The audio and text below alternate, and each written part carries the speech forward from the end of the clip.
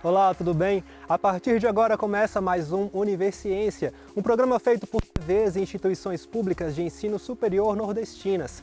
Aqui a gente mostra a importância das produções científicas do Nordeste e como elas têm transformado a vida das pessoas. Vamos ver agora quais pesquisas iremos conhecer.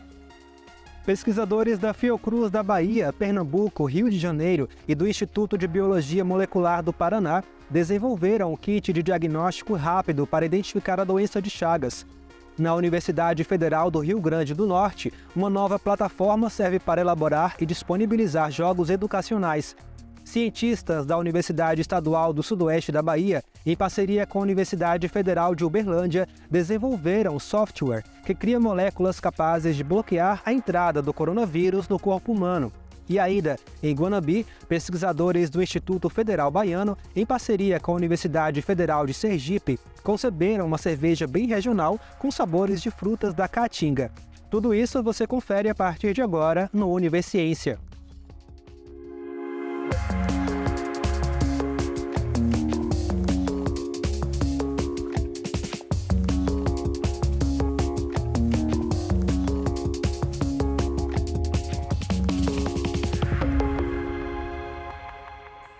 A doença de Chagas é causada pelo protozoário Trypanosoma cruzi, transmitido por meio da picada do barbeiro. O problema é que seus sintomas confundem o paciente e ele não procura ajuda a tempo. Isso prejudica o tratamento que precisa ser iniciado quanto antes. Para agilizar esse diagnóstico, pesquisadores da Fiocruz da Bahia, de Pernambuco e do Rio de Janeiro, em parceria com o Instituto de Biologia Molecular do Paraná, desenvolveram um kit de diagnóstico rápido para identificar a doença de Chagas sem que o paciente precise sair de casa. O teste apresentou 100% de eficácia, ou seja, identificou com segurança as pessoas infectadas. Vamos conferir. Um teste rápido desenvolvido pela Fiocruz pode ajudar a enfrentar um dos principais desafios da doença de Chagas, o acesso ao diagnóstico.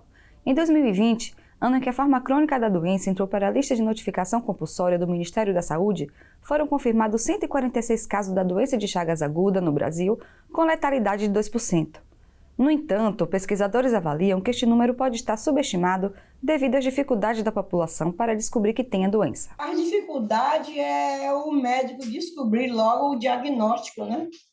Ficam mandando tomar medicação, sem fazer logo o exame, detectar, para saber realmente se o paciente é doente do estômago, se é problema de coração, se é de pressão alta.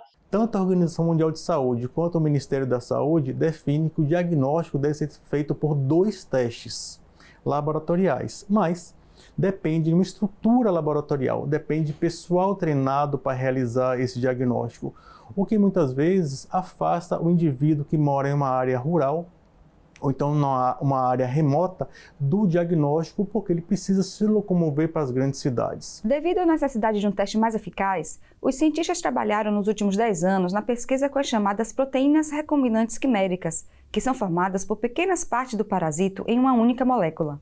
Um estudo conduzido pelo pesquisador Fred Santos, da Fiocruz Bahia, em parceria com cientistas das unidades da Fiocruz em Pernambuco, Biomanguinhos, no Rio de Janeiro, e Paraná, em colaboração com o Instituto de Biologia Molecular do Paraná, desenvolveu um kit diagnóstico rápido que pode ser feito na casa do paciente por um agente de saúde. Então, após desenhar essas proteínas, a gente começou a fazer vários testes avaliando a capacidade diagnóstica dessas moléculas em identificar esses pacientes. Um estudo recente indicou que esse teste nosso, quando comparado a outros testes rápidos que estão no mercado aqui no Brasil, ele apresenta 100% de sensibilidade, ou seja, é capaz de diagnosticar todos os pacientes com a doença de Chagas, não deixando passar nenhum paciente como falso negativo. Isso é excelente porque possibilita a sua utilização em trabalho de campo. Os pesquisadores estão realizando um projeto de campo no município de Tremedal, na Bahia, local endêmico do inseto triatomínio, mais conhecido como barbeiro, que transmite a doença de Chagas por meio do contato com as fezes durante a picada ou via oral, através de alimentos contaminados. O objetivo é identificar indivíduos que têm a enfermidade e ainda não têm conhecimento da sua condição clínica. O médico que participa do projeto apelidado de Treme Chagas falou da relevância da iniciativa para a saúde pública do município. Sem o projeto Treme Chagas, dificilmente os pacientes positivos seriam identificados, e isso tudo é feito através do teste rápido com apenas 15 minutos. A bióloga e doutoranda da Fiocruz Bahia, Tisha Pavan, está vivendo em Tremedal. Ela acompanha os agentes do Centro Municipal de Endemias que visitam as casas dos habitantes para inspeção de barbeiros no domicílio e peridomicílio. Eu sempre vou estar com os meninos da Endemias e fazer a testagem rápida. O que esse projeto tem e que eu gostaria muito que existisse, não só aqui, essa atenção, mas em todos os outros municípios do Brasil, é essa atenção, né? É você olhar sempre com olhos de muito saber quem são as pessoas com Chagas, né? Cadê as pessoas? De acordo com o Ministério da Saúde, das pessoas acometidas pela doença em 2020, 63% eram homens, cerca de 75% negros e 11% brancos. O maior número de óbitos se concentrou na faixa etária entre os 50 e 79 anos. Dentre as formas clínicas da doença, destaca-se a cardíaca, sendo uma das 4 principais causas de óbitos por doenças infecciosas e parasitárias no Brasil. No projeto, além de fazer a triagem de indivíduos que possam ter a doença, os barbeiros encontrados são coletados para análise do conteúdo estomacal e intestinal. De forma geral, os barbeiros mais perigosos são os que vivem dentro da casa, no intradomicílio. Porém, barbeiros que estão no ambiente silvestres e que visitam ocasionalmente a casa das pessoas também oferecem risco de transmissão do parasita Trypanosoma cruzi. Esses triatomínios, eles são encaminhados aqui para o IgM, eu recebo eles estão aqui na geladeira atualmente e futuramente nós vamos fazer o teste de PCR, né, reação em cadeia da polimerase, a purificação do DNA do intestino desses triatomínios e o teste para diagnóstico molecular do T. cruzi e dos padrões alimentares, né, para ver se aquelas espécies lá, elas picaram um homem ou algum dos animais domésticos associados ao homem.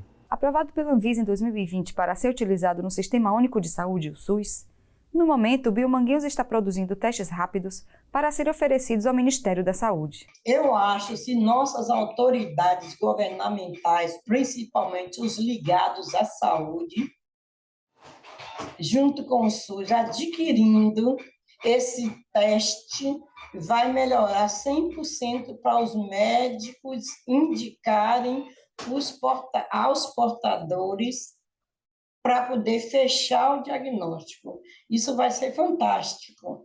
Primeiro, porque é rápido. Segundo, que eles não vão assim mais ficar supondo doenças. Já fez esse, sabe se é ou não é.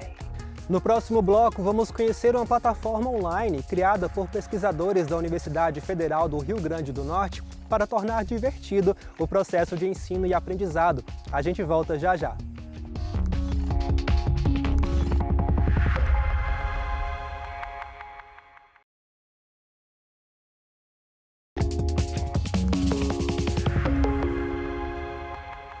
Conseguir ensinar de maneira lúdica e divertida é um dos maiores desafios para os educadores. É nesse contexto que surge o Colab Educ, um sistema de desenvolvimento colaborativo de objetos de aprendizagem, sejam eles virtuais ou reais. A plataforma foi criada por pesquisadores da Universidade Federal do Rio Grande do Norte, onde são criados e disponibilizados jogos educacionais.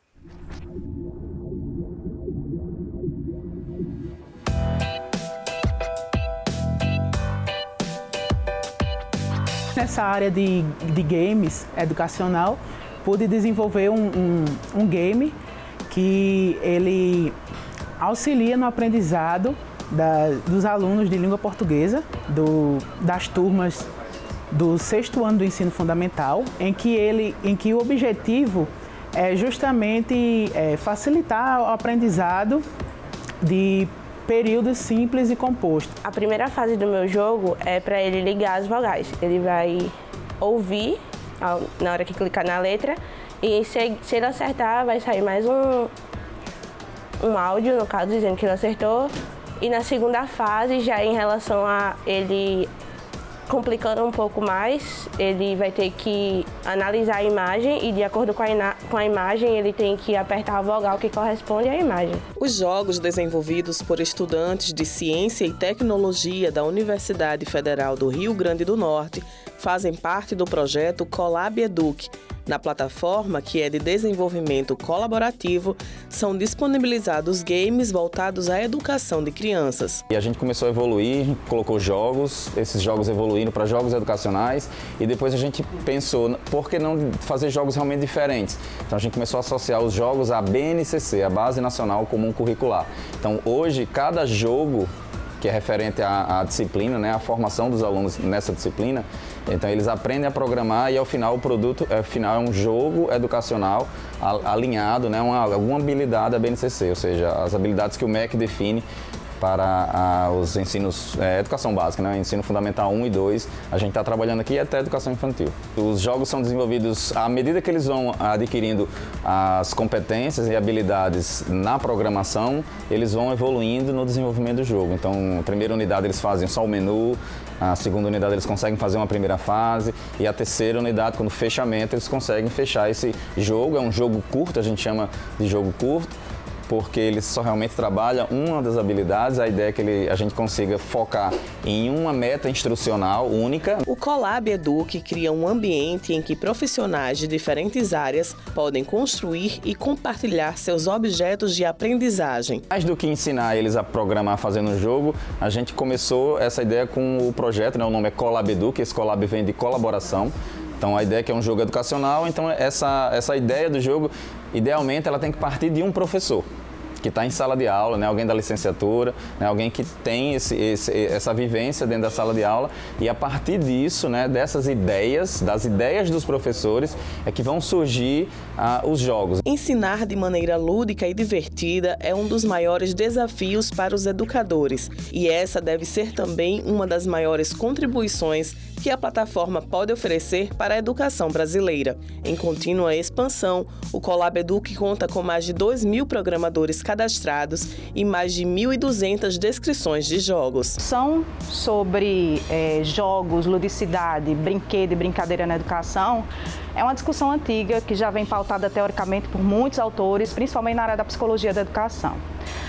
A questão eu acho que o grande desafio da gente é como trazer, né, essa forma de jogar, essa forma de brincar que hoje é presente nesses jovens para dentro de sala de aula. Que seria a realidade desses jovens, né, que é permeado por essa linguagem audiovisual, principalmente relacionada aos jogos, para dentro de sala de aula, de uma forma que engaje e que motive esses alunos para a aprendizagem. A inserção do game na educação vem muito para desmistificar o uso desses jogos, né, no processo de ensino-aprendizagem.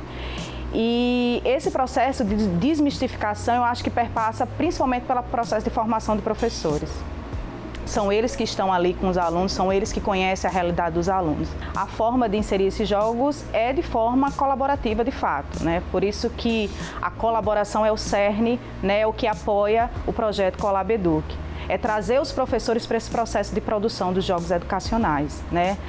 De forma que ele não fique como um coadjuvante no processo, mas que ele se torne protagonista junto com os alunos nesse processo de produção de jogos. Para inserir esse professor nessa nova, né, nesse novo modo de compreender, nessa nova linguagem, né, que os jovens estão tão acostumados, é preciso de uma formação, de um processo formativo, né? Nós estamos vindo de uma outra cultura, sobretudo de uma cultura de uma educação conservadora, né? Uma educação que trata de educar para homogeneizar, e a ideia é que a gente lide com essa diversidade. Diversidade de ritmos de aprender, diversidade de estilos de aprender. Pretendo, no caso, dar continuidade, fazer mais fases para beneficiar pessoas, crianças nesse caso, que têm dificuldade na alfabetização. Muito bem! A pandemia do coronavírus estimulou a realização de muitos estudos e pesquisas na tentativa de neutralizar o patógeno e impedir que ele invada as células do corpo humano. Pesquisadores da Universidade Estadual do Sudoeste da Bahia, em parceria com a Universidade Federal de Uberlândia, utilizaram a tecnologia para alcançar esse objetivo. Eles desenvolveram um software que cria moléculas capazes de bloquear a entrada do coronavírus no organismo. A pesquisa é baseada na utilização de inteligência artificial, métodos computacionais, para a gente conseguir propor moléculas que elas possam se ligar ao vírus da Covid-19 e inibir, né, a interação do vírus da Covid-19 com células humanas, tá? E aí, para isso, a gente utiliza técnicas de aprendizado de máquina, capazes de, então, propor, né, moléculas que são, né, nesse caso, são peptídeos, seja pedaços de proteínas, né, pequenas proteínas, que elas consigam, então, interagir com o vírus da Covid-19 e bloquear a entrada deles nas células humanas. Primeiro, a gente partiu de um banco de moléculas de peptídeos extraídos da saliva humana. Então, a gente já sabe que a saliva humana ela tem propriedades antivirais, já se é conhecido isso, mas não se sabia se tinha propriedades antivirais para o coronavírus. Então, a partir disso, a gente estudou o mecanismo de interação dessas proteínas com o coronavírus, fazendo com que o computador pudesse aprender, né, quais eram aquelas melhores moléculas, e aí, então, a partir disso, propor novas moléculas que pudessem, então, criar aí, né, um mecanismo de bloqueio do vírus para a entrada na célula humana, né? Em relação a isso, a gente já tem, então, testes experimentais, né, testes de bancada em laboratório, onde tanto as moléculas que a gente extraiu da saliva e fez o teste no computador e selecionou, né, esses peptídeos, eles têm inibição, né, para o vírus, assim também como aquelas moléculas que foram propostas pelo mecanismo de inteligência artificial de aprendizado, novas moléculas para inibir o vírus, né, na entrada dele na célula humana. Basicamente, o nosso projeto ele é um projeto da área de bioinformática. E, né, a bioinformática ela é uma área multidisciplinar, então você vai ter as ciências biológicas, a química, né, conhecimento de farmácia, né, a biotecnologia em si, fora também a questão da biologia molecular, genética, enfim, né. Partindo desse princípio, o que a gente buscou fazer foi realizar uma triagem, né, virtual de peptídeos, né, a gente fazer um filtro de possíveis candidatos, né, possíveis peptídeos candidatos, né, a inibir essa proteína. Então, assim, nesse sentido, o que a gente desenvolveu? A gente desenvolveu esse programa, né, que pudesse facilitar essa nossa triagem. A gente tinha um problema e aí o nosso problema era dinamizar o nosso tempo, né, para poder realizar essa triagem, né, porque são milhares de compostos, né, então isso demanda tempo, e a bioinformática ela vem com essa proposta, né, de dar essa solução, né, diminuir o custo, diminuir o tempo e, consequentemente, né, nesse período pandêmico, né, que a gente passou e ainda está passando, né, tempo nesse sentido sempre vai gerar custos, né, então diminuir o tempo é essencial. Esse programa ele foi feito parte aqui, ele foi escrito parte aqui na UESB, outra parte ele foi escrito lá na Universidade Federal de Berlândia, que envolve não só o aluno que está diretamente ligado, que é o Lucas, está envolvido com a parte da iniciação científica, mas também mais alunos que estão envolvidos no mestrado e doutorado, que inclusive até já defenderam tese utilizando esse programa. Então a gente registrou isso, né, patenteou esse programa aí. A ideia é fazer um mecanismo profilático, ou seja, incluir esses peptídeos, essas moléculas em pastas de dente, enxaguantes bucais, sprays, né, nasais e cremes nas mãos, né, por exemplo, que a gente possa então incluir isso na formulação dessas substâncias e aí fazer com que a partir daí o vírus em contato com elas ele fique preso, né, aprisionado ali e ele não consiga então entrar na célula, né? E aí com a utilização de inteligência artificial, né, a gente consegue fazer com que esse programa ele possa aprender, né, com esses peptídeos. Então ele vai analisar as interações desses peptídeos com o vírus, ele aprende essas interações e a partir disso a gente consegue predizer outros peptídeos de fontes naturais ou até mesmo sintéticas, se esses peptídeos podem ou não interagir com o vírus e, consequentemente, inibir a entrada dele na célula humana. As moléculas que foram selecionadas até então, elas partem de experimentos, né, que variam de inibição a 70% até 90%, né? O que é uma taxa de inibição muito alta, né, muito promissora, né? Claro que o computador, a gente continua fazendo com que o computador aprenda, a gente inclui parâmetros, né, químicos, bioquímicos que possam melhorar essa predição e que possam selecionar moléculas melhores ainda, né? Então, e nesse sentido também extrapolar e dizer que a gente pode utilizar esse método para outras outros vírus, bactérias, outras patologias, que a gente possa fazer com que peptídeos, nesse caso, mas poderia ser outras moléculas, sejam propostas, né, como drogas ou substâncias bloqueadoras. E aí, nesse sentido, uma proposta que a gente até busca fazer o quê? É pegar esse nosso modelo, né, esses nossos modelos de inteligência artificial e talvez a partir daí tentar extrapolar para outros organismos, né? Então a gente sabe que não existe só o coronavírus, né? Nós temos outros vírus, até vírus emergentes, né, como por exemplo chikungunya, enfim, e que a gente vai tentar extrapolar esse nosso programa, né, já com outros dados, outros alvos biológicos, né? É o nosso próximo passo, digamos assim. No próximo bloco, a gente conhece uma cerveja desenvolvida no Instituto Federal Baiano de Guanabi, que tem o gostinho da caatinga. A gente volta já.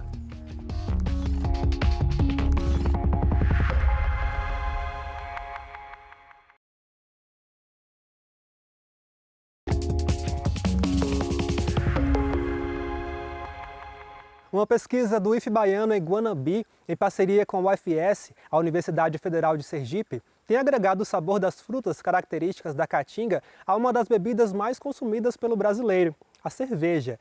A experiência rendeu uma premiação na área de ciências agrárias da UFS e promete uma alternativa criativa para a produção da cerveja artesanal. Esse intuito foi de produzir uma cerveja com um fruto típico do nosso sertão, lá de Nossa Senhora da Glória, Sergipe.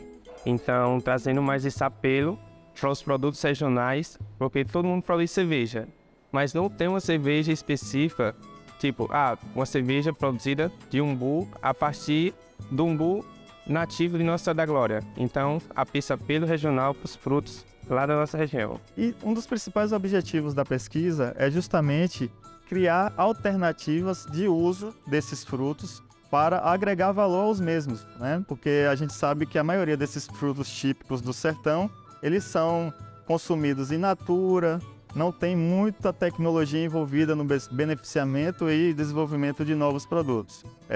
Recentemente a gente fabricou a cerveja artesanal de umbu, variando as concentrações de polpa desidratada. Então a gente fez um processo de desidratação do umbu, variamos a polpa, né, 0,5%, 1,5%, para ver a viabilidade do processo. Porque não adianta você somente acrescentar uma quantidade sem o estudo prévio se o processo não vai ser contemplado. Então a gente está testando essas formulações para ver a eficiência de fabricação mesmo. A gente percebeu que em 0,5% o teor alcoólico ele se assemelhou ao controle. Controle é a cerveja que não tem adição de umbu.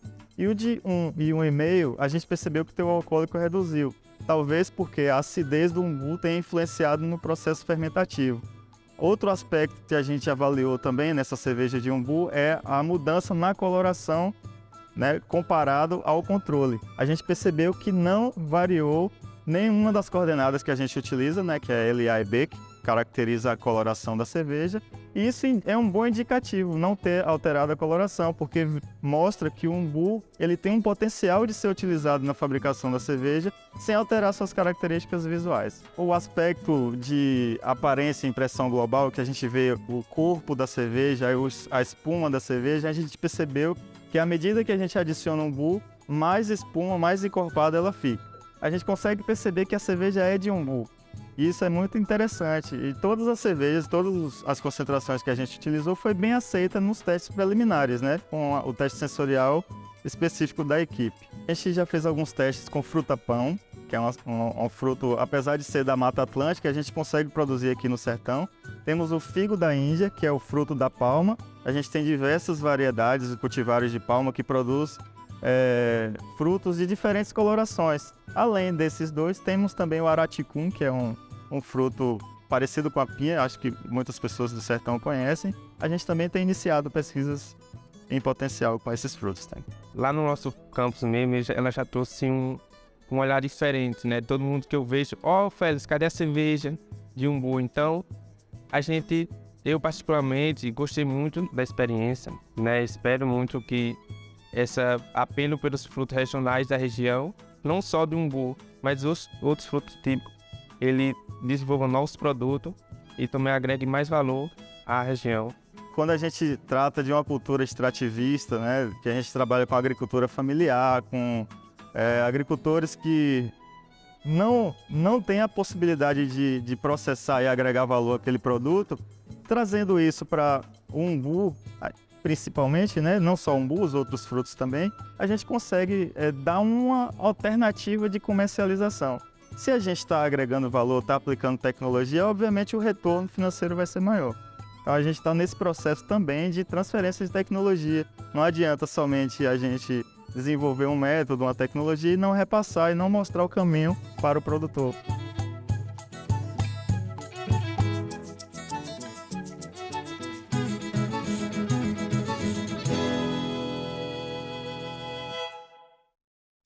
O Universiência de hoje fica por aqui. No próximo programa traremos mais pesquisas inovadoras para a gente conhecer o que tem sido produzido nas instituições públicas de ensino superior nordestinas.